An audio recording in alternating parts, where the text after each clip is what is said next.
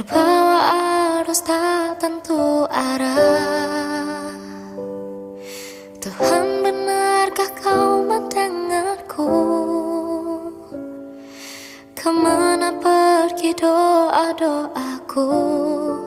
Ingin menyerah, namun hati kecilku terus berbisik.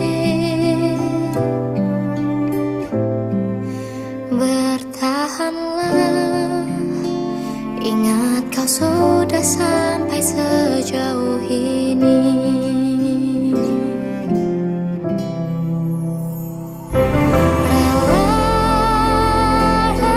Relakanlah yang bukan untukmu, bukanlah untukmu. Tenangkanlah, yang harus terjadi pastilah terjadi. Mungkin belum saatnya, bahkan selepas badai terbitlah pelangi.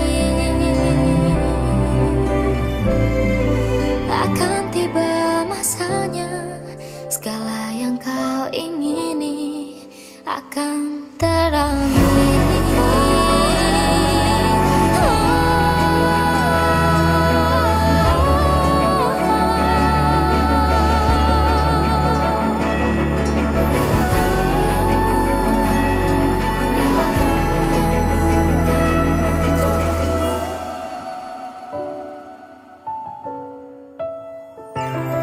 Relakan yang bukan untukmu.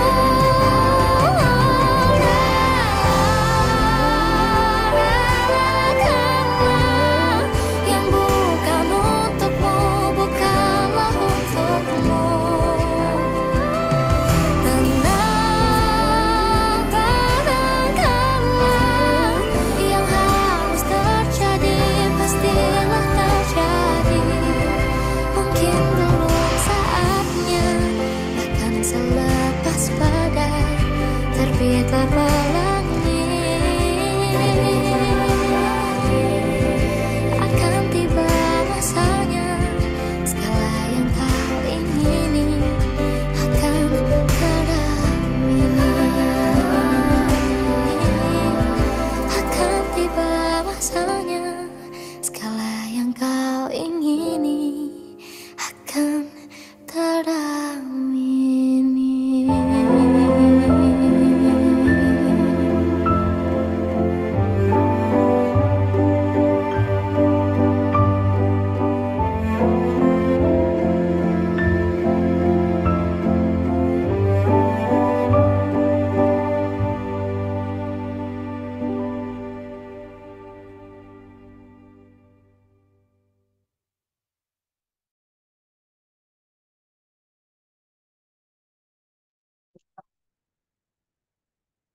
Halo, selamat malam semuanya.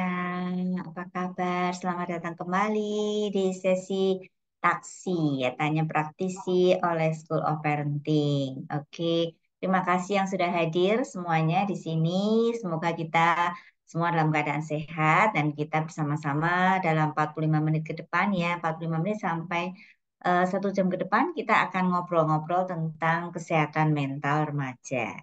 Ya. Oke, sebagai latar belakang, mengapa kita mengangkat tentang kesehatan mental remaja? Karena kita melihat bahwa dengan banyaknya kasus-kasus yang terjadi ya pada remaja saat ini, ataupun juga pada orang dewasa saat ini, ternyata itu hanya sebuah puncak gunung es, gitu ya. Jadi sebenarnya banyak hal-hal yang sudah terjadi di masa kanak-kanak atau di masa remaja mereka yang dipendam, ya, yang kita tidak, yang seringkali tidak diketahui oleh sekitarnya, oleh keluarga dan oleh orang-orang terdekatnya, dan itu yang terbawa terus ya hingga dewasa. Jadi untuk itu School of Parenting juga ingin untuk bersama-sama ya dengan misi kami untuk generasi Indonesia yang lebih baik. Kita ingin bersama-sama raising awareness ya untuk meningkatkan kesadaran semua mengenai pentingnya kesehatan mental remaja gitu ya. Karena anak remaja ini kan banyak sekali dari perubahannya, ya ada banyak hal yang mungkin dirasakan ya di dalam diri, banyak perubahan-perubahan di dalam diri, dan terutama juga karena saat ini dengan eh, dunia yang saat ini ya, di mana pengasuh pengasuh quote unquote ya dalam tanda kutip pengasuh anak-anak remaja sekarang itu semakin banyak. Jadi tidak hanya orang tua, tapi juga tidak hanya orang tua, keluarga besar, kakek nenek, tapi juga internet, ya YouTube, sosial media, mereka juga turut mengasuh ya dalam tanda kutip, sehingga saat ini menjadi amat sangat penting gitu ya kita untuk mendeteksi secara dini mengenai kondisi kesehatan mental remaja. Nah, kita akan bahas lebih lanjut nanti dengan mitra ahli School of Parenting yaitu Ibu Prapti Madioratri. Oke, kita sambut dulu ya. Selamat datang Mbak Prapti. Halo, apa kabar? Sehat Mbak Prapti? Halo, selamat malam. Terima kasih. Alhamdulillah sehat, Miss Lucy. Oke, mungkin Mbak Prati mau menyapa para peserta dulu nih, silahkan sambil kenalan nih. Oke, Oke, oke. Selamat malam semuanya.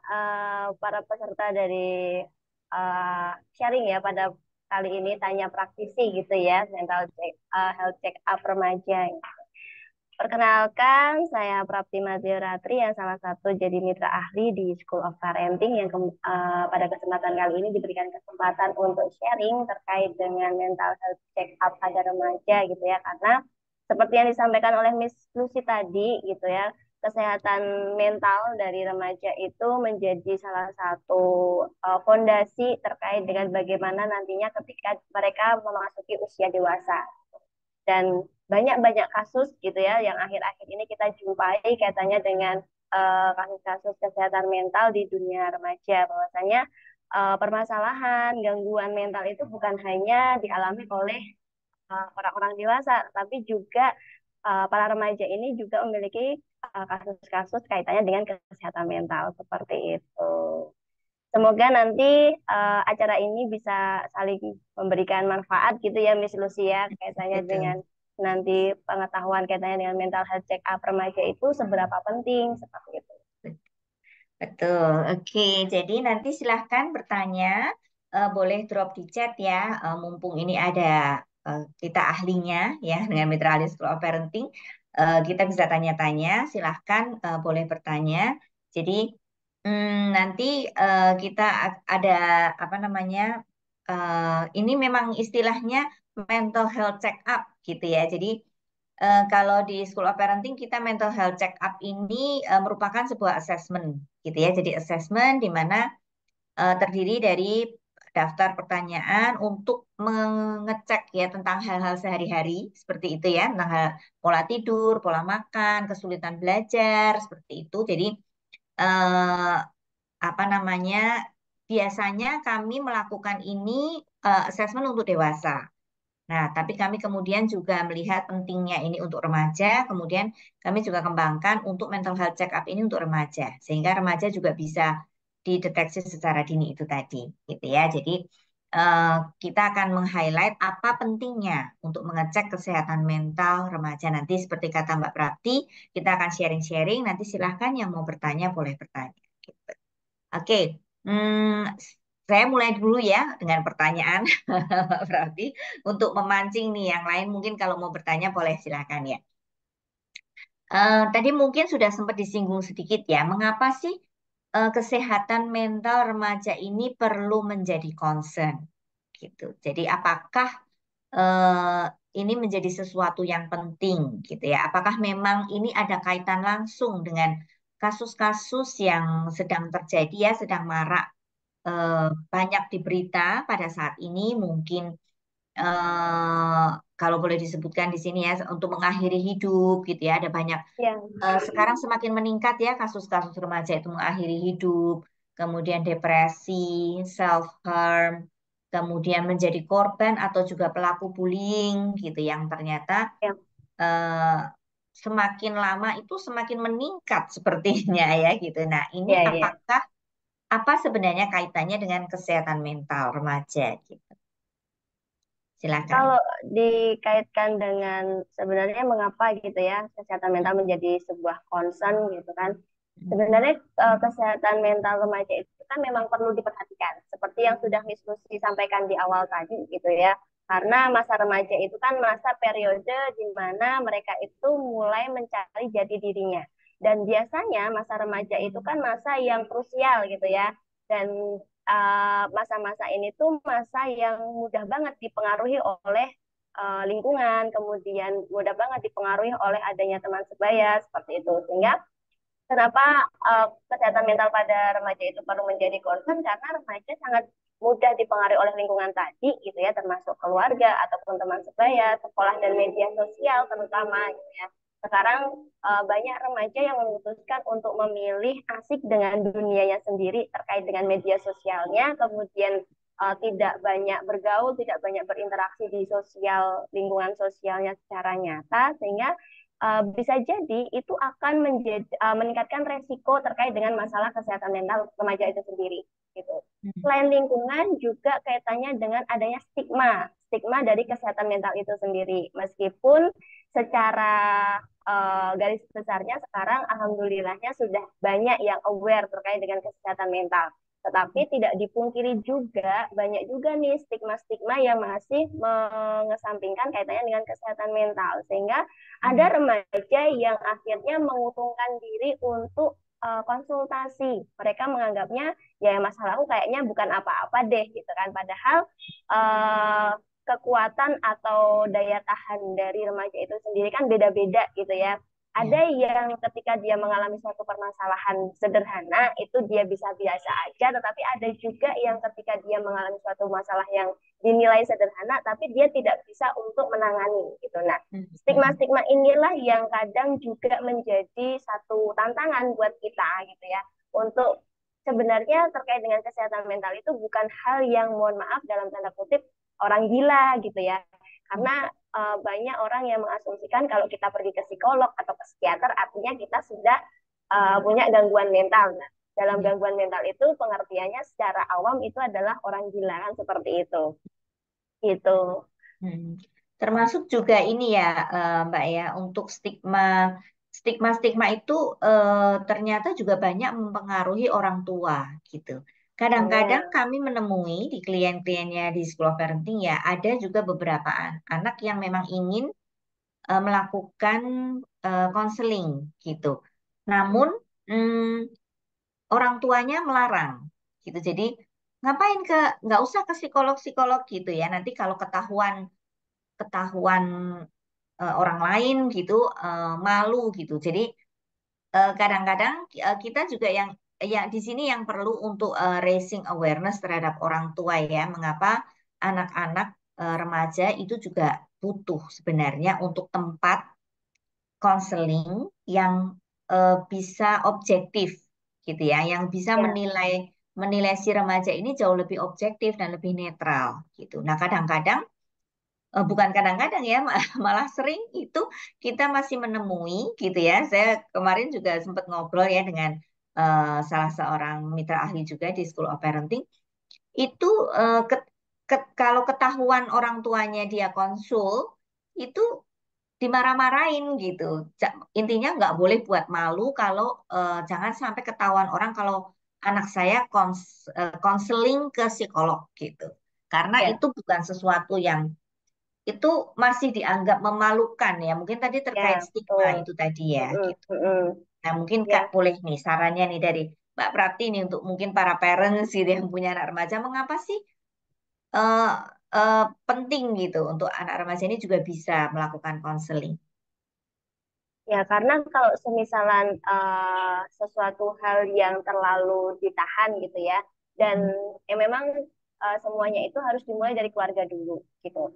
Kalau semisalan dari keluarganya itu mendukung, kalau semisal memang setiap permasalahan itu memang secara awam mungkin memikirkannya ala cuman permasalahan seperti itu aja pakai harus konsul kan seperti itu ya. Tapi tidak semua orang punya daya tahan terkait dengan permasalahan yang sedang dihadapi gitu.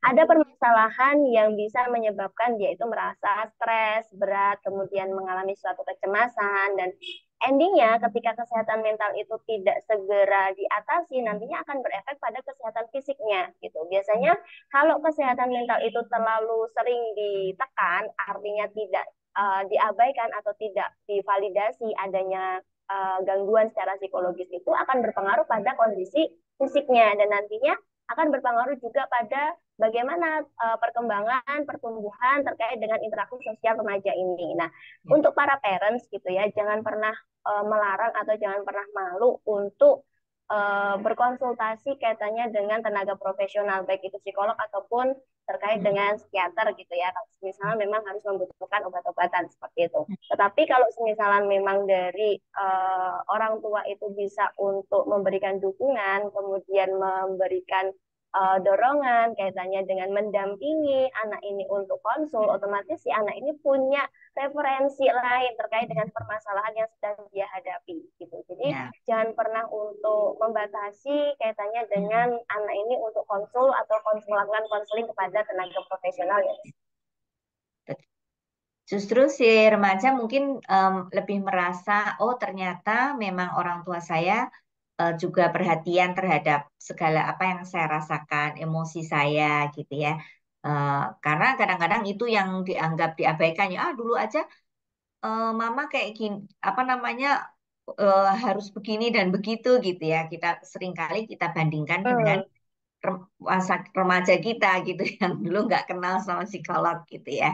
Tapi kan memang dunianya sekarang juga sudah berbeda begitu. Banyak Ya, banyak juga tekanannya ya. Tekanannya pasti berbeda lah betul. setiap tantangan setiap zaman. Oke, nah kita mulai Ya. masuk nih sedikit teknis nih ya Mbak Prapti ya.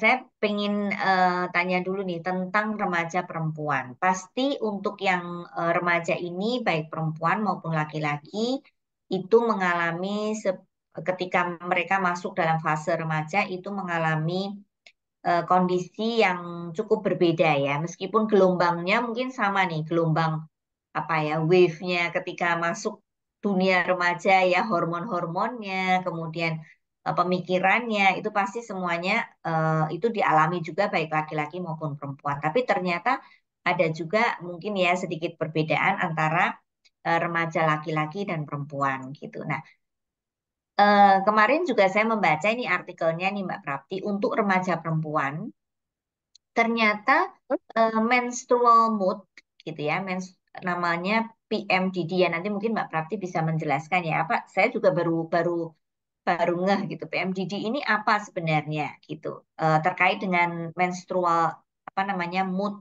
menstruasi ya gitu. Nah, Ya. apa sih sebenarnya yang perlu diketahui tentang ini dan kaitannya dengan kesehatan mental atau kondisi emosi remaja perempuan gitu. Oke. Mm, Kalau kaitannya dengan menstrual mood gitu ya, ya mm, memang kalau misal remaja remaja perempuan itu menstruasi itu memang sangat mempengaruhi adanya suasana hati gitu. mm, Kemudian kaitannya dengan emosinya. Nah, biasanya kalau orang-orang itu menyebutnya sebagai PMS gitu ya, mm, premenstrual syndrome gitu. Jadi mm, PMS ini adalah kumpulan gejala fisik dan emosional yang muncul ketika uh, saatnya ketika kita menerima tamu gitu ya dari setiap bulannya gitu. Nah, biasanya beberapa gejala dari PMS itu meliputi adanya perubahan suasana hati, kemudian yang kadang itu mudah, yang awalnya bisa biasa aja tapi mudah terpancing kemarahan, kemudian mudah tersinggung, mudah merasakan sedih gitu. Terus mm, adanya kecemasan ataupun ketegangan, terus merasa kelelahan, adanya kesulitan untuk konsentrasi karena perubahan hormonal dari menstruasi dari setiap individu antara anak perempuan yang satu dengan anak yang perempuan yang lain kan berbeda-beda. Ada yang dia itu ketika menstruasi tidak mengalami kesakitan, ada yang dia itu mengalami kesakitan kan seperti itu. mm. Sehingga hal itu akan mempengaruhi konsentrasi dan konsentrasi itu akan selalu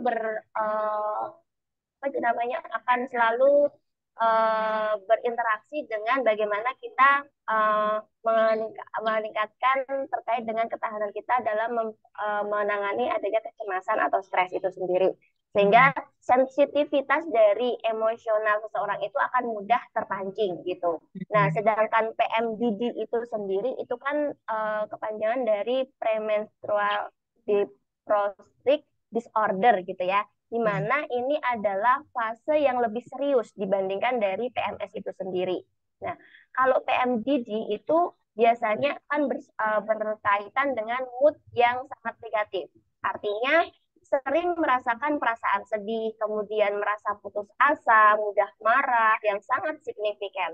Sehingga kecemasan itu akan semakin sering terjadi dan dia itu mudah ngerasain rasa cemas, perubahan suasana hatinya pun akan lebih drastis gitu. Nah, gejala-gejala ini muncul secara berkala. Biasanya uh, 1 hingga 2 minggu sebelum menstruasi itu dan akan menghilang setelah menstruasi itu dimulai. Nah, PMDD ini sangat mengganggu ya terkait dengan kehidupan kita sebagai seorang perempuan gitu ya. Kayak apalagi seorang remaja, entah itu di interaksi sosial di lingkungannya, kemudian di saat di sekolahannya, kemudian di saat dia berinteraksi dengan teman sebayanya. Sehingga pengobatan ataupun alternatif penanganan dari PMDD ini harus dengan perubahan mungkin gaya hidupnya, kemudian ada terapi yang bisa dilakukan setiap bulannya. Kalau misalnya ada yang pembiasaan mungkin uh, memberikan kompres ketika menstruasi itu dimulai atau hal-hal lainnya yang kira-kiranya itu bisa menurunkan tingkat atau bisa menerapkan hati dari suasana hati tersebut sehingga tidak mudah untuk terpancing seperti itu. Dan sih dengan profesional itu sangat dibutuhkan gitu ya untuk mendiagnosis kaitannya dengan bagaimana caranya perawatan agar ketika kita mengalami PMS ataupun masa menstruasi itu bisa lebih tidak mengganggu kaitannya dengan gejala yang akan muncul itu tadi. Ya, betul. Betul. Karena memang setiap anak juga berbeda-beda ya. Jadi apa namanya? Apalagi kalau yang mengalami PMS-nya cukup parah gitu dan siklusnya pendek gitu. Jadi 1-2 minggu gitu sebelum menstruasi gitu dia mengalami PMS, habis itu menstruasi, habis itu cuman berhenti seminggu, seminggu kemudian udah mengalami itu untuk menstruasi berikutnya gitu ya. Itu untuk orang yang maksudnya remaja yang apa namanya kita tidak ada awareness itu mudah sekali untuk feeling down gitu ya, depres gitu ya. Dan kalau terlebih yang cukup riskan adalah kalau berbahaya kalau ditangkap oleh sekeliling yang kurang sehat gitu ya, tidak ada dukungan, tidak ada eh, apa awareness bahwa oh ini adalah sebuah sesuatu yang memang terjadi secara alami begitu ya. Nah, itulah sebabnya dibutuhkan konsultasi juga dengan profesional untuk mengetahui gitu apakah ini memang hanya karena premenstrual mood tadi atau ada hal lainnya itu gitu ya. Jadi mungkin perlu di ini kan. Oke. Nah, itu tadi remaja perempuan. Ini mungkin satu lagi ya sebelum saya masuk nih ke pertanyaan ke pertanyaan yang sudah masuk beberapa data. Nah, kalau tadi remaja perempuan, bagaimana dengan remaja laki-laki? Nah, kalau remaja laki-laki ini kan lebih sering menyembunyikan perasaan ya. Pasti, apalagi kalau udah remaja gitu, udah mulai masuk SMP gitulah ya, 13 tahun gitu.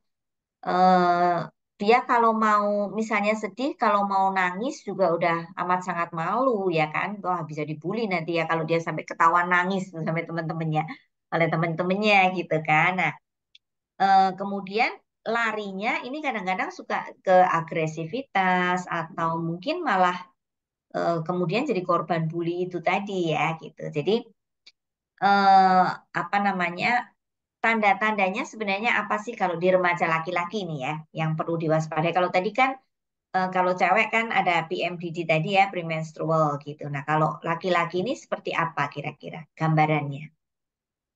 Oke. Kalau pada remaja laki-laki itu kan memang seringkali menghadapi tekanan sosial untuk menunjukkan adanya kekuatan, kemudian keberanian dan ketahanan emosional gitu ya. Dan hal ini menyebabkan mereka itu cenderung menyembunyikan perasaan gitu, menahan diri untuk menangis, kemudian untuk tidak mengekspresikan sebenarnya dia lagi sedih, kemudian dia lagi tertekan dan lain sebagainya. Dan kadang hal itu tuh muncul karena memang dari pola asuh orang tuanya gitu, dari keluarga ataupun dari lingkungan sekitarnya, bahwasanya yang namanya anak laki-laki itu ya jangan nangis gitu kan. Kalau namanya anak laki-laki itu ya jangan sampai kelihatan kamu tuh sedih dan lain sebagainya. Padahal ketika kita mengekspresikan emosi itu adalah suatu hal yang wajar gitu, dan hal ini kalau misalnya terlalu ditekankan atau terlalu untuk disembunyikan, nantinya seperti yang Miss Lucy sampaikan tadi gitu kan, akan menjadi korban bullying ataupun bahkan menjadi pelaku bullying gitu, karena stereotip gender menekankan maskulinitas gitu ya, seringkali akan membuat si remaja laki-laki ini merasa untuk perlu menahan diri untuk menunjukkan emosi atau kesedihan mereka karena takut dianggap lemah gitu kan. Kemudian beberapa remaja laki-laki juga mungkin kurang terlatih nih dalam bagaimana caranya mengidentifikasikan atau bagaimana caranya mengelola emosi mereka dengan sehat, dengan tepat, itu seperti apa. Sehingga mereka mungkin tidak memahami sebenarnya mereka, perasaan mereka itu seperti apa. Mereka itu sedang mengalami hal yang bagaimana. Kemudian kalau saya lagi sedih itu harus seperti apa gitu. Jadi mereka itu mengalami suatu kebingungan. Apa yang perlu saya ekspresikan? Apakah setiap saya sedih, apakah setiap saya merasa tertekan itu harus selalu tersenyum atau lain sebagainya. Dan hal ini itu biasanya akan membuat si remaja laki-laki itu sering diberi tekanan untuk menjadi seorang pahlawan, untuk menjadi seorang yang pelindung gitu ya, untuk menjadi seorang penjaga dari teman-teman mereka ataupun dari adik-adik perempuan mereka. Dan hal ini dapat membuat remaja laki-laki itu merasa untuk menahan semua emosionalnya, sehingga tapi mempengaruhi remaja itu menjadi tidak bisa atau tidak bisa untuk mengekspresikan dari adanya tekanan terkait dengan emosional yang sedang dia alami. Ya perlu banget untuk memberikan dukungan kepada remaja laki-laki untuk merasa nyaman dalam bagaimana dia mengekspresikan suatu emosi. Betul, betul. Oke, mungkin buat para peserta di sini gitu ya, ada 74 orang setidaknya ya. Mari kita mendukung ya untuk anak remaja laki-laki ini juga berhak untuk mengekspresikan emosinya. Karena seringkali kita melihat ya di School of Parenting sendiri juga sempat mengobservasi ya, melihat juga di klien-klien beberapa remaja laki-laki ini kalau sedih, jadi kalau anak laki-laki itu kan pokoknya dia tidak seperti Mbak Prapti bilang tadi, tidak boleh menunjukkan dirinya lemah gitu. Jadi akibatnya kalau dia sedang sedih, sedang kecewa atau sedang merasa feeling down gitu ya, mereka mencari pelarian. Seringkali seperti itu. Entah pelariannya itu berupa games gitu ya, kemudian addicted ya ke games, atau selanjutnya bertingkat tuh biasanya. Jadi seringkali kita menemui itu ada kaitannya. Jadi mengapa masuk ke kebanyakan yang orang laki-laki, kebanyakan yang laki-laki itu banyak yang addicted gitu ya, kecanduan, apakah itu merokok, ataukah minum-minuman keras, atau zat-zat adiktif lainnya, itu sering kita temui lebih banyak laki-laki. Gitu. Karena seringkali itu menjadi pelarian dari emosi-emosi mereka. Gitu ya. Apakah nanti kemudian larinya ke hal-hal yang adiktif atau ke amarah gitu. Jadi seringkali kita hanya mendeteksi laki-laki itu hanya punya satu emosi, yaitu amarah gitu ya. Jadi tidak ada emosi-emosi lainnya gitu. Karena emosi itu, kompleksitas emosi itu sepertinya sejauh ini kita tahu itu cuma milik wanita aja. Kita merasa sedih, kita merasa mellow gitu ya. Kalau laki-laki itu harus kuat.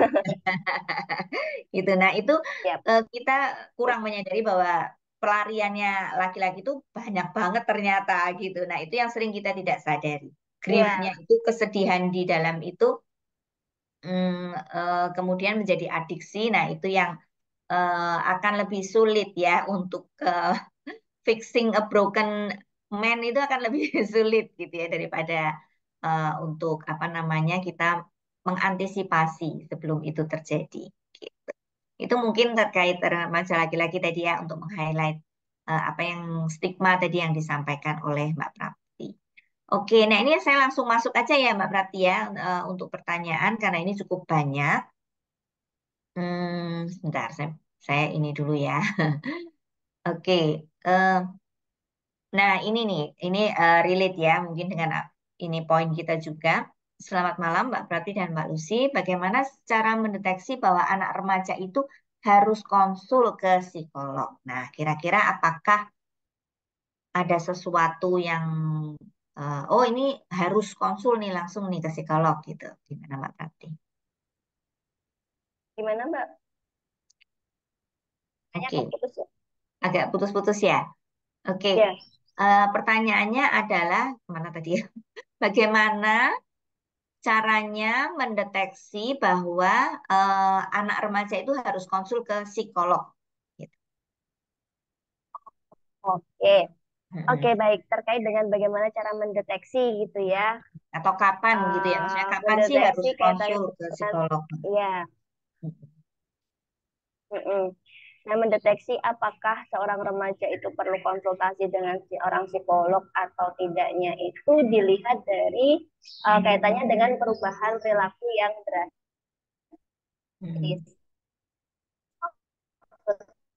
Ya adalah dalam perilakunya. Seperti awalnya dia itu anak yang ceria, kemudian kok tiba-tiba dia jadi pemurung, seringnya mengurung diri di kamar, kemudian dia itu tidak suka untuk cerita, dia lebih memilih untuk jadi pendiam dan lain sebagainya. Atau malah sebaliknya, yang awalnya dia itu jadi anak yang istilahnya biasa-biasa aja, kok dia jadi pemarah, kemudian suka banting-banting pintu atau banting-banting barang dan kaitannya dengan dia itu lebih memilih untuk tidak membuka diri kepada lingkungan sekitar. Dia membatasi pergaulan. Nah, itu bisa menjadi salah satu deteksi dini kaitannya dengan mungkin perlu untuk melakukan pendekatan dulu nih kepada remaja tersebut gitu ya. Tapi ketika pendekatan itu sudah bisa dilakukan, nah itu perlu untuk dilakukan konsultasi lebih lanjut kepada tenaga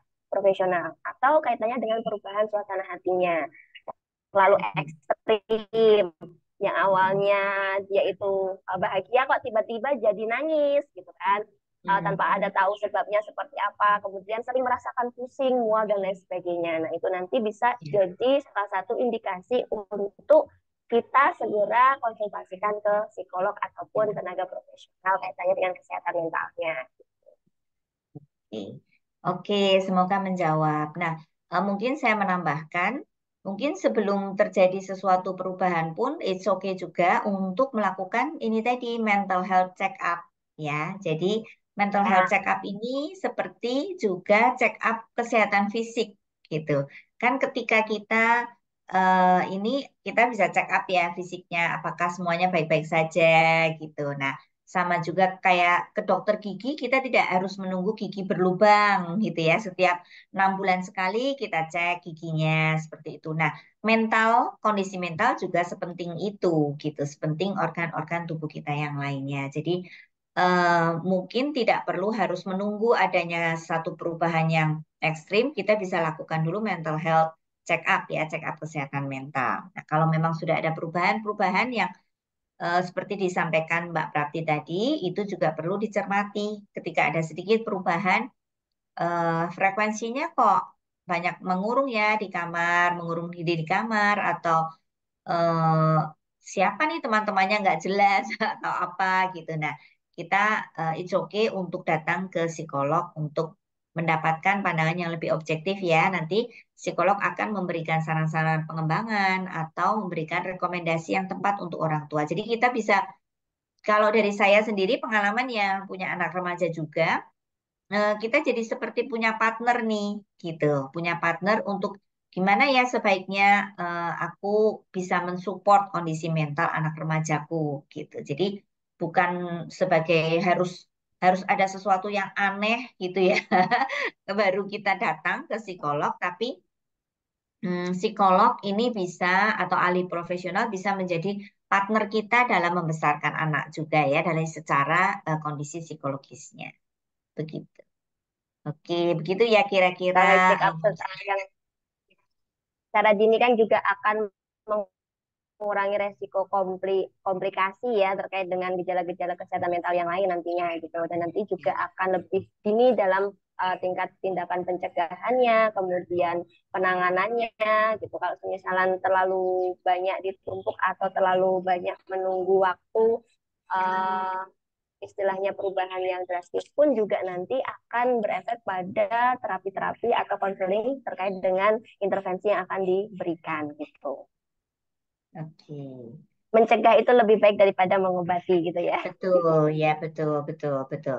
Karena kami juga mengalami ya beberapa klien gitu yang sudah melakukan self harm gitu ya untuk beberapa remaja itu cukup panjang prosesnya. Jadi mm, karena kita sekarang kita terus terang kita memang tidak bisa ya sebagai orang tua pun kita tidak bisa apa ya namanya memegang anak 24 jam gitu. Jadi Ya, kita tidak tahu ketika mereka masuk ke dunia maya kita sudah tidak tahu mereka di mana bersama dengan siapa, apa yang diabsorb gitu ya. Bagaimana sih caranya menghargai privasi mereka tapi juga tetap tahu. Nah, itu yang hal-hal yang mungkin kita memang butuh partner gitu ya. Karena seringkali kita nggak tahu gitu nggak banyak juga kejadian yang di klien-klien kami itu di School of Parenting juga ada yang remaja ini sudah melakukan self harm parah tapi keluarga tidak ada yang tahu gitu. Jadi memang mungkin hal-hal tersebut yang perlu apa namanya kita check up dari sejak dini gitu ya. Oke, nah ini juga pertanyaan yang cukup relate ya. Selamat malam Mbak Prati, Mbak Lucy. Biasanya assessment tools apa saja yang dapat digunakan dan mudah diadministrasikan? Misalnya dalam bentuk kuesioner untuk mengecek kesehatan mental remaja in general. Oke, silakan Mbak Prati. kalau yang seperti dibahas sesuai dengan judulnya gitu ya, Mm-mm. di School of Parenting ini ada yang namanya mental health check up. Nah, mental health check up itu kaitannya dengan bagaimana kita bisa mengisi kuesioner-kuesioner kaitannya dengan kondisi yang sedang kita alami gitu. Jadi dari situ kita bisa tahu nih indikasi dari kondisi mental kita itu sedang mengalami yang seperti apa gitu. Karena untuk kaitannya dengan mental health check up ini kan memang harus dilakukan secara cepat. Tetapi memang ada beberapa variabel-variabel atau ada beberapa indikator-indikator yang mengarahkan terkait dengan gangguan-gangguan mental yang mungkin akan yang sedang kita alami, yang tanpa kita sadari itu sedang kita alami gitu. Dan biasanya itu akan berupa entah itu pertanyaan ataupun pernyataan. Nah, itu bisa diisi atau bisa disesuaikan dengan kondisinya sehingga kita bisa tahu nih, oh ternyata saya dalam kondisi yang sedang stres yang tingkat tinggi atau Hmm. oh berarti kondisi saya sedang stres tingkat masih dalam tingkat yang sedang. Berarti saya masih bisa nih untuk berusaha terkait dengan kontrol diri saya. Tetapi kalau memang ternyata stresnya sudah tinggi, berarti perlu nih untuk konseling kepada psikolog seperti itu. Oke. Sepertinya agak putus-putus ya Mbak Prati ya. Oh, terus oke Ya, oke sebentar, agak sebentar. putus. Oke. Kalau sekarang Ya, ya. Oke. cek cek sudah. Ya, mungkin agak sedikit delay aja sih tadi ya. Oke. Oke. Oke, thank you jawabannya nih Mbak Prati. Jadi terkait tools tadi ya tentang kuesioner gitu. Juga kalau yang di School of Parenting kita juga menggunakan kuesioner gitu mengenai daftar pertanyaan seperti yang Mbak Prati bilang tadi mengenai hal-hal sehari-hari yang mungkin tidak disadari bahwa itu erat kaitannya dengan kesehatan mental kita gitu. Jadi kuesionernya kalau di mental health check up sederhana aja, ini dimodifikasi dari apa namanya, daftar PHQ 9 ya, kalau tahu, yang kemarin cukup ramai juga di berita ya, untuk yang digunakan untuk dokter-dokter, calon dokter spesialis itu ya, yang banyak sekali headline-nya di surat kabar gitu, di media. Jadi ini juga digunakan, dimodifikasi untuk remaja. Jadi mengisi kuesioner sederhana mungkin tentang pola tidur, pola makan, kesulitan belajar, kemudian apa yang dipikirkan beberapa hari terakhir ini gitu. Nah, nanti jawaban-jawaban itu akan dianalisa oleh psikolog ya, kemudian dibacakan oleh psikolog untuk melihat gambaran umumnya sebenarnya seperti apa gitu. Jadi mungkin dari si remaja atau dari si klien sendiri nggak begitu sadar bahwa ada kaitannya ternyata pola tidur saya dengan kesehatan, kondisi kesehatan mental saya gitu. Jadi tadi yang menanyakan tentang tools ini memang berupa kuesioner gitu ya, kuesioner mengenai hal-hal sehari-hari gitu. Oke, nah ini ada pertanyaan nih cukup panjang, saya bacakan aja ya Mbak. Ponakan perempuan saya kan agak minder dan ada beberapa hal yang saya rasa butuh konsultasi ke psikolog. Tapi ketika saya minta izin ke mami saya buat bawa dia konsul, beliau melarang karena khawatir psikolognya tidak bisa menjaga privasi, berhubung kami berada di kota kecil yang ada kemungkinan bertemu orang-orang yang dikenal saja. Kebetulan orang tua saya yang mengurus ponakan-ponakan saya sejak balita karena orang tuanya bercerai. Bagaimana cara saya untuk memberi pengertian ke orang tua karena saya takut disalahkan juga jika membawa ponakan saya itu tanpa izin, apalagi yang dikhawatirkan oleh beliau betulan terjadi. Gitu. Nah, silakan nih, Pak. Mungkin Oke, terkait dengan kode etik oke, psikolog juga ya, silakan. iya. Betul. Memang dalam kasus-kasus yang sering saya temui gitu ya, kaitannya dengan klien-klien saya yang konsul, terus ada permasalahan yang sebenarnya sudah dari awal dia pengen konsul, tapi karena ada keraguan itu tadi, kaitannya dengan nanti kalau disebarluaskan seperti apa gitu kan. Memang tidak kita bisa pungkiri ada beberapa kasus dari oknum-oknum yang memanfaatkan kasus-kasus kliennya itu untuk disebarluaskan, tetapi secara kode etik gitu ya, secara kode etik kita dari seorang psikolog gitu uh, ada kode etiknya untuk menjaga kerahasiaan dari kasus si klien tersebut gitu. Jadi bagaimana cara meyakinkan pihak orang tuanya kaitannya dengan untuk bisa membawa ponakannya ke psikolog itu perlu dijelaskan gitu ya, bahwasanya kami ketika sekolah profesi gitu ya sudah ada sumpahnya, sudah ada bagaimana ikrarnya untuk menjaga kerahasiaan data dari klien yang kami tangani. Gitu. Dan Hmm. setiap klien yang datang itu pasti akan kita jaga kerahasiaannya. Biasanya kalau misalnya klien tersebut tidak berkenan untuk menyebutkan data secara detail, itu kami pun juga mempersilahkan untuk menuliskan secara inisial gitu. Dan ketika konseling secara langsung, kalau memang dia tidak berkenan untuk memperlihatkan istilahnya wajahnya secara langsung, pun juga diperbolehkan untuk memakai masker, dan begitu pun ketika online gitu ya. Nah, itu adalah salah satu kode etik yang akan kami selalu jaga gitu. Bagaimana kita menjaga kepercayaan dari klien untuk bisa konsultasi dan lebih percaya lagi kaitannya dengan psikolog itu tadi. Jadi jangan pernah untuk ragu gitu ya, karena permasalahan apapun yang teman-teman sampaikan atau permasalahan apapun yang orang tua sampaikan itu nanti akan tetap kami jaga, dan hanya untuk kami dalam pemilihan kaitannya dengan intervensinya atau bahkan kaitannya dengan pemecahan solusi yang akan kita sarankan, atau bagaimana kita memancing bagaimana teman-teman bisa menemukan solusi itu sendiri. Betul. Oke.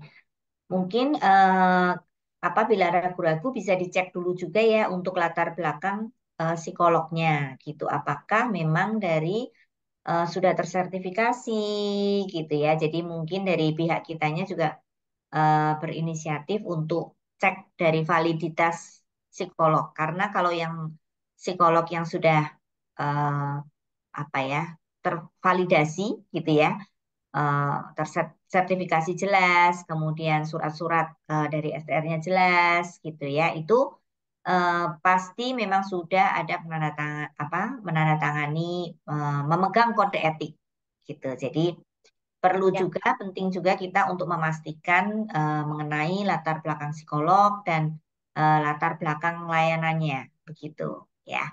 Oke, thank you Bu Sekarang juga Prati. sudah ada layanan web gitu ya. Jadi dari situ kita bisa tahu kredibilitasnya dari psikolog itu seperti apa. Bisa dicek nanti di cari psikolog gitu. Itu pasti akan ada kredibilitasnya, surat izinnya masih aktif atau tidak. Kemudian beliau ini rajin untuk memperbaharui kartu anggotanya, kemudian memperbaharui surat izinnya dan lain sebagainya. Ya, betul. Ya, betul. Memang kita harus ini ya, cek untuk kredibilitasnya karena eh, ada beberapa kasus dengan oknum juga ya, Mbak Prapti ya. Soalnya ya yang pernah Ya.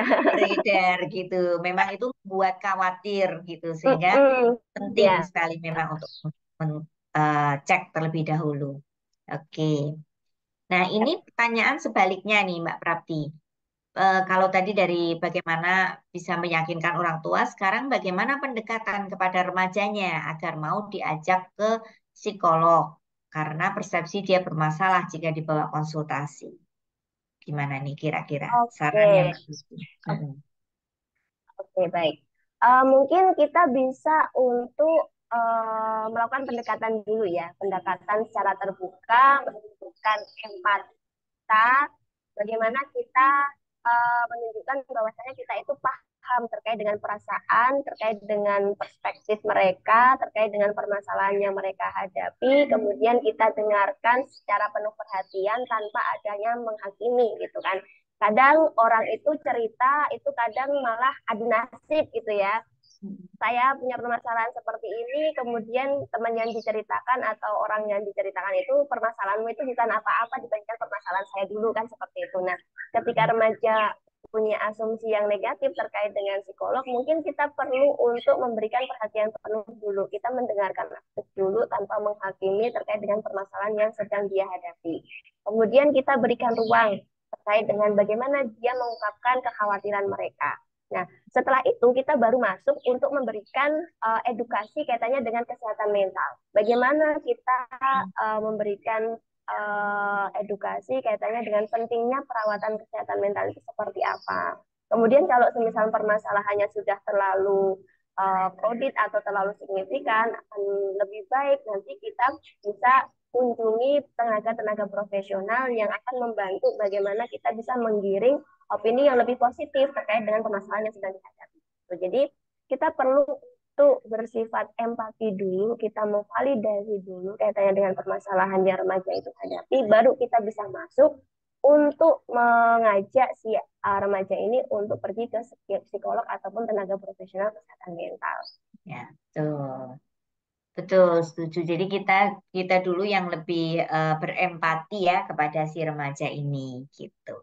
Nah, kalau mungkin sekedar sekilas menjelaskan alurnya, kalau di mental health check up remaja di School of Parenting kami memang memberikan link terlebih dahulu untuk bisa diisi gitu. Kalau mengisi kuesioner itu kan jadi kayak nggak secara langsung berhadapan dengan psikolognya terlebih dahulu ya gitu. Jadi eh, apa namanya mengisi kalau anak-anak remaja kan kalau yang di Gen Z sekarang kan apa namanya terbiasa ya mengisi G-form seperti itu gitu ya kuesioner-kuesioner seperti itu. Nah, kemudian dari situ baru nanti eh, apa namanya disampaikan bahwa ini akan dibacakan karena kita nggak bisa tahu hasil dari kuesionernya gitu. Nah, yang akan membacakan adalah psikolog yang bersangkutan gitu. Nanti di situ psikolog akan menanyakan hal-hal yang terkait dengan apa namanya daftar-daftar pertanyaan yang sudah diberikan di situ ya. Jadi nggak langsung anaknya dibawa langsung bertemu dengan psikolog lalu suruh ngobrol gitu enggak gitu. Jadi mengisi kuesioner terlebih dahulu sehingga dia tahu kira-kira oh aku akan dianalisa mengenai hal-hal seperti ini gitu. Bukan something yang scary gitu ya. Jadi dia merasa, aduh aku ini memang bermasalah sampai orang tua aku harus bawa aku ke psikolog seperti itu. Eh, itu juga sekali lagi seperti stigma ya jadinya ya nanti ya. Ya, Si remaja juga udah, aduh apain lagi nih orang tua aku suruh apa lagi nih gitu. ya. Bener-bener. Oke, nah ini ada satu case nih ya Mbak Prati. Selamat malam, saya mau cerita salah satu murid saya kelas 1 SMP. Anaknya pintar tapi tidak punya teman karena dia lebih suka sendiri. Anak ini selalu berambisi untuk mendapat nilai 100 di setiap mata pelajaran. Secara kognitif sangat pintar, tapi jika dalam pelajaran dia tidak mendapatkan nilai 100, dia akan merasa hidupnya tidak cukup dan merasa gagal. Kira-kira bagaimana menghadapi anak tersebut agar tidak merasa gagal jika mengerjakan tugas tidak mendapat nilai 100. Gitu. Oke. Silakan. Nah, ini dalam POV-nya sebagai guru ya, Mbak Raffi. Silakan. Baik, kalau seperti itu biasanya kita lihat latar belakang dari, mohon maaf, orang tuanya dulu gitu ya. Kaitannya dengan standar tuntutan dari orang tuanya seperti apa. Karena faktor keluarga itu sangat berpengaruh terkait dengan bagaimana pola pengasuhannya, bagaimana cara asuh yang diterapkan oleh orang tua gitu. Hmm. Dan biasanya apa yang anak itu terapkan saat ini itu berefek atau dilandasi dari pengalaman masa lalunya dulu gitu. Bisa Hmm. jadi itu adalah salah satu challenge buat dia, karena kalau semisal saya nggak dapat 100 itu nanti akan menjadi suatu hal yang memalukan gitu kan. Bisa jadi itu menjadi standarnya gitu. Dan kalau semisal seperti itu biasanya perlu adanya kerjasama nih, sinergitas antara guru dan orang tua. Bagaimana bisa memahamkan si anak terkait dengan uh, suatu kesuksesan atau suatu kegagalan itu bukan didasarkan dari apa yang dia dapatkan, nilai yang dia dapatkan di sekolahan, tetapi Hmm. bisa juga didapatkan dari hal-hal yang lain. Gitu. Jadi tidak semua orang sukses itu karena dia selalu dapat nilai 100 seperti itu. Dan itu perlu adanya konsistensi dan sinergitas antara orang tua dan guru. Kalau misalnya hanya dari guru itu akan sama aja gitu, karena murid bersama dengan gurunya itu hanya berapa jam, sedangkan paling banyak itu adalah dengan orang tuanya. Dan orang tuanya inilah yang menjadi fondasi untuk bagaimana menciptakan dan melahirkan persepsi dari si anak tersebut. Gitu. Oke, Oke, jadi perlu memang ada sinergi ya antara guru dan orang tua gitu. Jadi mungkin boleh dari guru juga bisa menyampaikan awareness kepada orang tua, setidaknya apa namanya untuk bisa mengajarkan juga anak memiliki ruang untuk gagal, gitu ya. Karena bila anak ini sejak kecil tidak punya space, tidak punya ruang untuk gagal, untuk dia bisa gagal. Nah, ketika dia semakin dewasa, nanti semakin banyak challenge-nya gitu. Dia akan lebih jauh lebih apa ya, lebih hancur nanti kalau menghadapi kegagalan mungkin ya, gitu. Jadi ini yang perlu diwaspadai gitu ya, bukan diwaspadai ya, tapi lebih di apa ya, lebih diantisipasi lah. Mungkin bisa disampaikan ke orang tua atau bekerja sama dengan orang tua untuk bareng-bareng juga ada hal-hal kecil yang kita bisa lakukan bersama gitu. Mungkin gitu ya, Kak Prati ya. Gitu. Oke, semangat, Para orang tua Miss gitu, Luna. atau calon-calon orang tua nanti jangan sampai hanya memperkenalkan terkait dengan kesuksesan gitu ya, tetapi juga bagaimana kita mengenalkan arti kegagalan itu seperti apa dan bagaimana cara menangani kegagalan itu. Jadi jangan sampai kita selalu memberikan apa ya istilahnya itu, memberikan persepsi dalam hidup itu harus selalu berhasil gitu ya. Tetapi kita juga harus memperkenalkan ada sisi di mana kita akan mengalami sebuah kegagalan, tetapi kegagalan itu bukan suatu akhir dari segalanya. Nah, kegagalan itu biasanya akan menjadi pacu bagi kita, dorongan untuk kita lebih memaksimalkan usaha yang lebih maksimal lagi, seperti itu. Oke, oke, semangat, Miss Luna. Oke. Nah, ini ternyata waktunya cepet banget nih, Mbak Prati. Iya ya, Ini nggak jam kerasa. segini. Nggak terasa. Beberapa pertanyaan lagi ya, Mbak ya. Oke, nah ini ada yang ini ya relate ya yang saya bacakan. Jadi mohon maaf kalau misalnya nggak bisa semuanya terbacakan.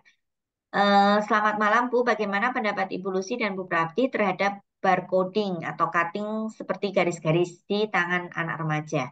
Saya punya adik ipar yang jika ada trigger tertentu, triggernya biasanya buat dia kesal seperti masuk kamarnya tanpa mengetuk, misalnya beberapa kali dia bisa sangat marah dan melakukan cutting. Apakah keadaan ini adalah indikasi bahwa mentalnya butuh dibantu?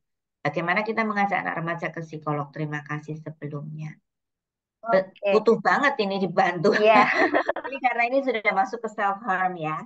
Oke, Ya, silakan nih Mbak sudah Prati. masuk pada menyakiti dirinya sendiri Mm-mm. gitu ya. Sudah masuk dia itu melukai dirinya sendiri gitu. Meskipun mohon maaf secara kalau orang anak remaja atau orang yang melakukan self harm itu ketika dia melakukan hal itu memang merasakan kepuasan gitu ya karena kejengkelannya. Tetapi kalau kita melihat ada remaja atau ada orang-orang di sekitar kita melakukan hal yang seperti itu perlu untuk kita apa ya istilahnya ya bawa untuk konsultasi gitu. Nah, kalau misalnya ternyata remajanya itu sulit untuk dibawa konsultasi gimana? Seperti yang sudah saya sampaikan di awal tadi gitu ya. Kita cerita kita memberikan ruang terbuka dulu, kita berempati dulu terkait dengan kondisinya. Kita tanya, kenapa kok selalu melakukan hal yang seperti itu? Apa yang dia rasakan seperti itu? Dan kita kenalkan kesehatan mental itu apa. Kemudian nantinya efeknya akan seperti apa. Nah, dari situ kita bisa masuk menggiring dia untuk mengajak dia terkait dengan alangkah lebih baiknya kita konsultasikan bahwasanya yang namanya psikolog pergi ke psikolog ataupun tenaga profesional itu bukan indikasi yang negatif tetapi lebih kepada bagaimana kita bisa menolong diri kita bagaimana kita bisa menyampaikan apa yang kita rasakan bagaimana kita bisa meningkatkan kualitas hidup kita nanti kesejahteraan kita nanti sehingga nanti bisa menjadi pertimbangan bisa menjadi suatu dukungan yang positif ketika kita bisa membawa si anak remaja ini ke psikolog dan pada intinya itu jangan pernah remaja itu dipaksa karena semakin dipaksa remaja ini akan semakin menolak dan dia akan semakin menghindar dari kita sehingga kalau misal dari awal mungkin pertama kali kita mengajak tidak mau ya sudah kita berikan ruang dulu. Yang terpenting kita selalu mendampingi, kita memberikan ruang terbuka, kita berempati, kita bersimpati terhadap dirinya, kita menjadi pendengar yang aktif, kita memberikan perhatian penuh, tidak hanya secara fisik tetapi juga secara psikis kita gitu ya. Artinya kita hadir secara pikiran kita hadir secara fisik kita hadir secara perasaan kita seperti itu. Dengan begitu dia akan mulai luluh, dia akan mulai terbuka dan dia akan mulai nyaman dengan kita. Ketika si remaja itu nyaman, otomatis apa yang kita katakan nanti akan mudah untuk dia ikuti. Seperti itu. Betul. Ini juga hal yang perlu di-highlight ya, diwaspadai karena self harm itu sekarang di kalangan remaja itu apa ya? Jadi seolah Jadi menjadi sebuah sebuah tren tren gitu. Iya, betul. tersendiri ya. Dan istilahnya pun seperti terdengar keren-keren ya, seperti tadi yang disebut barcoding, itu kan terdengarnya seperti keren gitu. Padahal itu self harm gitu, menyakiti diri sendiri dan which is itu sudah memang oh itu tidak hanya memang itu sudah red ini ya alarm gitu ya, bukan Ya, hanya butuh dibantu tapi itu memang sudah alarm, itu memang harus segera konseling. Gitu ya. kira-kira ya. Oke, terima kasih. Nah ini mohon maaf karena waktunya sudah ternyata sudah lewat. Ini mungkin kita kasih kesempatan satu pertanyaan yang raise hand di eh, sini ya, Mbak Prati ya, boleh ya satu kali lagi Ya, ya. ya. Oke, silakan Andi Mirnawati, boleh silakan on mic. Baik, terima kasih Bu atas kesempatan yang diberikan. Mohon izin tidak on cam ya. Ya, oke, silakan. Baik, terima kasih Bu. Saya Ibu Andi Mirnawati dari Makassar. Oh, oke. Halo Wow, Makassar. terima kasih. Selamat datang Makassar. Iya, sama-sama, Bu. Begini, Bu, saya seorang guru di salah satu sekolah menengah pertama di Makassar Ya. dan kebetulan diberi amanah sebagai wali kelas. Hmm. Nah, di antara anak wali saya itu, kalau mendengar dan menyimak penjelasan Ibu tadi tentang kesehatan mental remaja, ada beberapa di antara mereka itu yang sepertinya terganggu ya kesehatan mentalnya. Hmm. Iya. Hmm. Eh, yang satu yang satunya itu anak ini eh, apa terikut dengan pergaulan bebas dengan teman-temannya yang putus sekolah, ya. Hmm. Eh, Terus yang kedua anaknya introvert, tertutup sekali. Eh, Bahkan dia itu selalu merasa tidak ada yang menyukai, ya, tidak ada temannya yang suka sama dia, ya, tidak ada yang senang, ya, sampai-sampai dia selalu menyendiri, eh, bahkan sepertinya dia juga itu tidak percaya, ya, tidak ada teman yang dia percaya seperti itu. Nah, saya sempat konsultasi dengan bicara-bicara dengan orang tuanya masing-masing.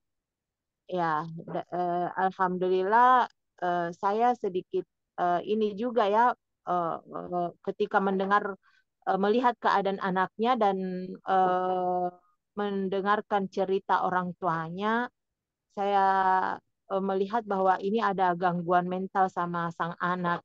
Jadi saya menyarankan untuk karena saya tidak tahu menahu ini bagaimana eh, mengarahkan dari sisi psikologi, saya sarankan untuk membawa sang anak ke psikolog gitu. Hanya saja saya melihat fenomena begini, Bu, orang tuanya itu merasa gimana ya, merasa ada rasa malu gitu kalau sudah mau diarahkan anaknya ke psikolog.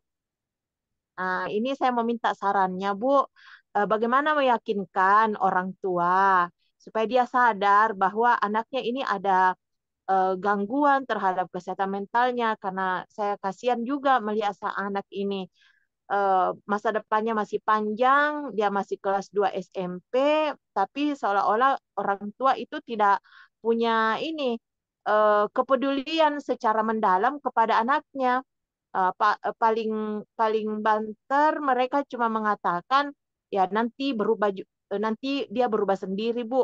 Dia akan berubah sendiri. Iya, seperti itu. Jadi mohon sarannya, Bu, bagaimana meyakinkan orang tuanya ini supaya dia sadar bahwa dia harus punya tindakan yang preventif secepatnya supaya tidak terlalu jauh ya anaknya seperti ini keadaannya. Terima kasih, Bu.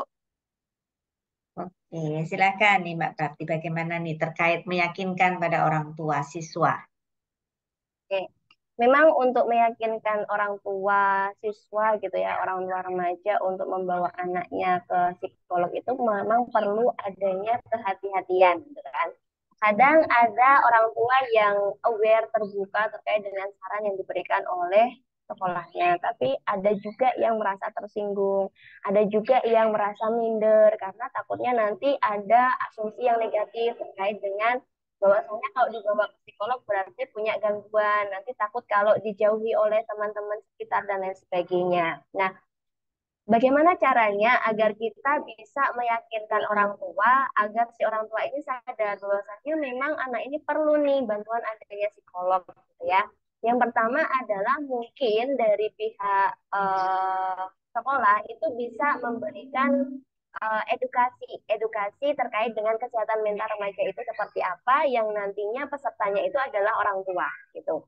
Dan pematerinya itu kalau semisalan memungkinkan itu dari tenaga profesional yang kaitannya dengan kesehatan mental sehingga mereka punya pengetahuan secara terbuka dari ahlinya dulu gitu karena orang tua itu tidak mau apabila anaknya diajak ke psikolog karena memang beliau ini belum paham nih seberapa penting sih kesehatan mental itu. Apa sih sebenarnya kesehatan mental itu?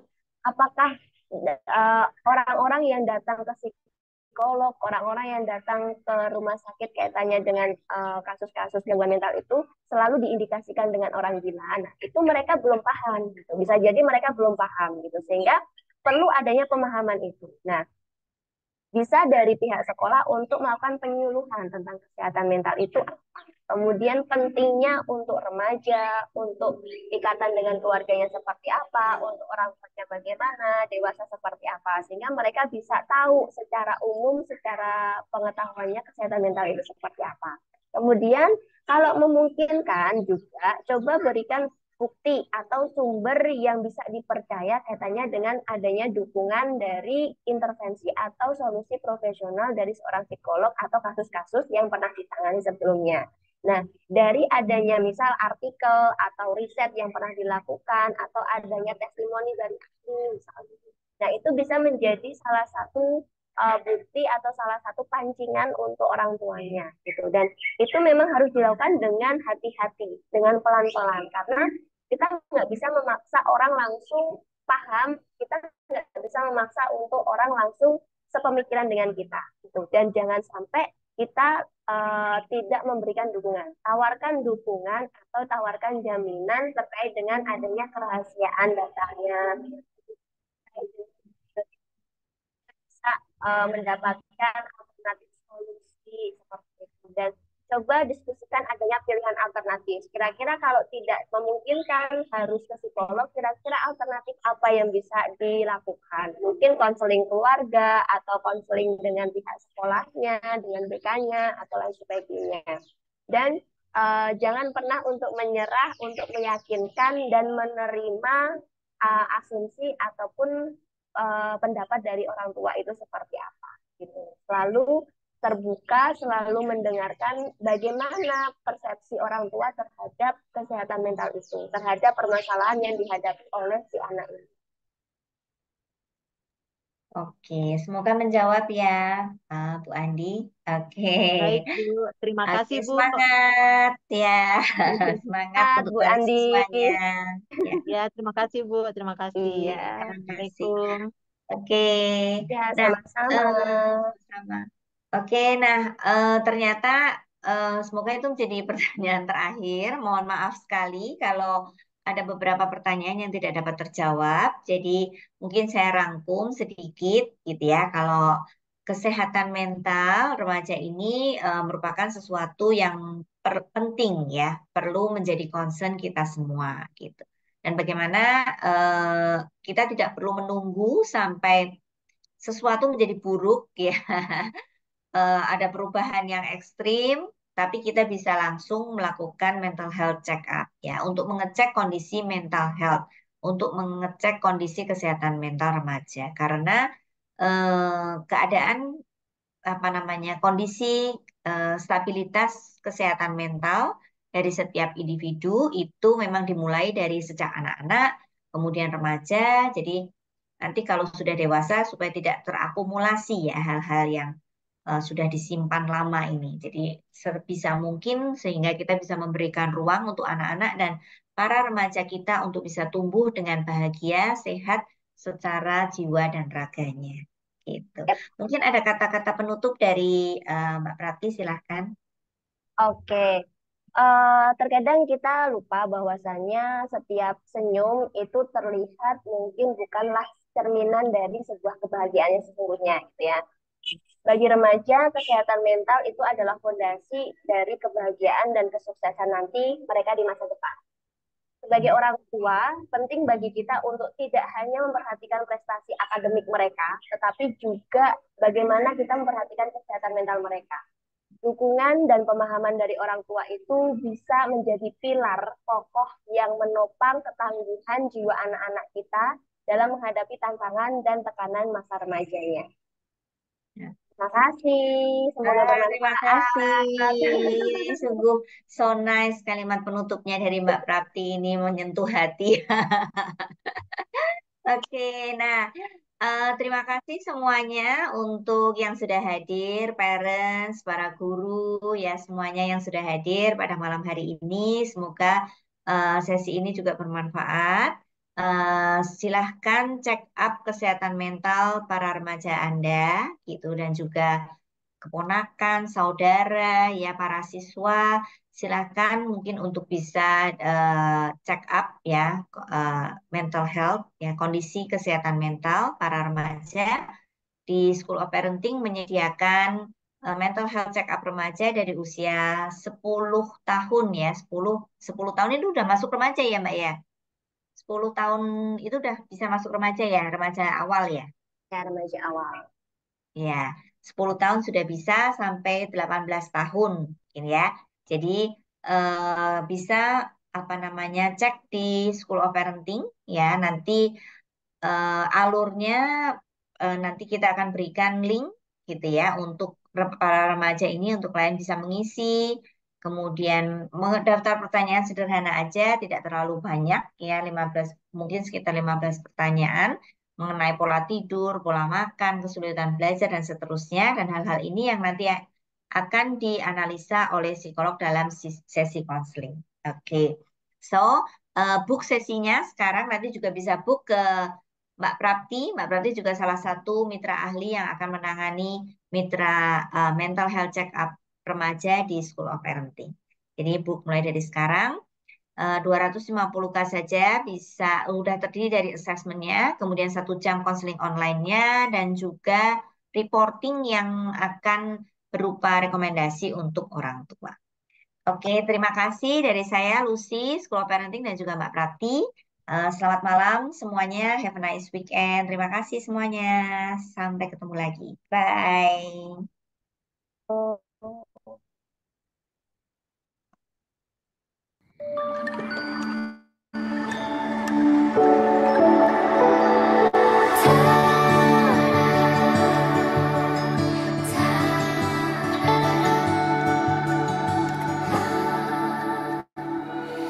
Kemarilah singgah dulu sebentar, perjalananmu jauh, tak ada tempat berteduh.